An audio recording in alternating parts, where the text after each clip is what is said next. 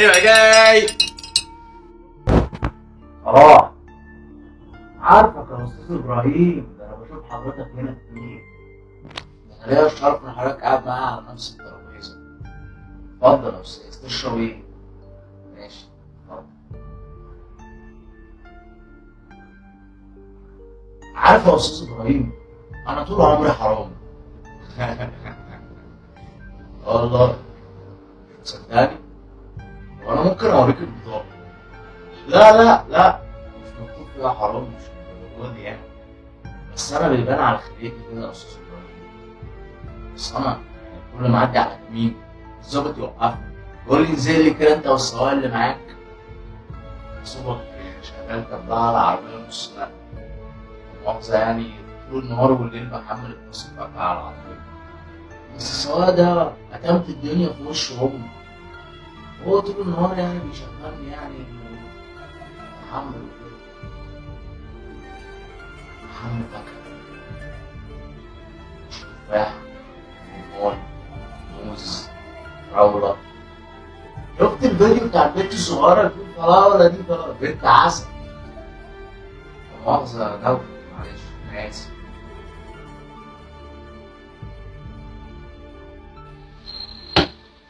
أستاذ إبراهيم، لا مؤاخذة يعني، أنا شفت لمعة في عين حضرتك كده بتقول إن أنا متنغنغ في الفاكهة. حبيت بس أوضح لحضرتك يعني إن لأ، أنا بحملهم بس. بصراحة الكدب خيبة. أنا بلقط رزقي كده في كام حباية بقى من حسابي. بس اقسم بالله هم كام حبايه صغيرين بس مش اكتر. اصل انا عندي 4 اخوات صغيرين يا استاذ ابراهيم. نفسي اعلمهم علام كويس، ادخلهم مدارس اجنبي. مش عايزهم يطلعوا شبهي كده. انا ما خدتش من فخر العرب غير الاسم صلاح.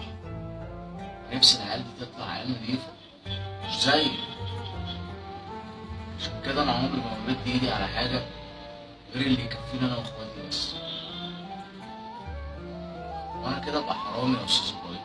لا اكيد يعني يا استاذ ابراهيم، ربنا يسامحني يعني. هو واحدة عالم انا بشرب بتعب قد ايه يا استاذ ابراهيم؟ انا طول النهار يا استاذ ابراهيم بتعب والله. ما بشربش العيال دي غير قبل النوم. ابراهيم اكيد ربنا هيسامحني صح. انا عارف ان انا حرامي، بس صدقني عشان خاطرهم بعمل كده. استغفر الله العظيم يا رب.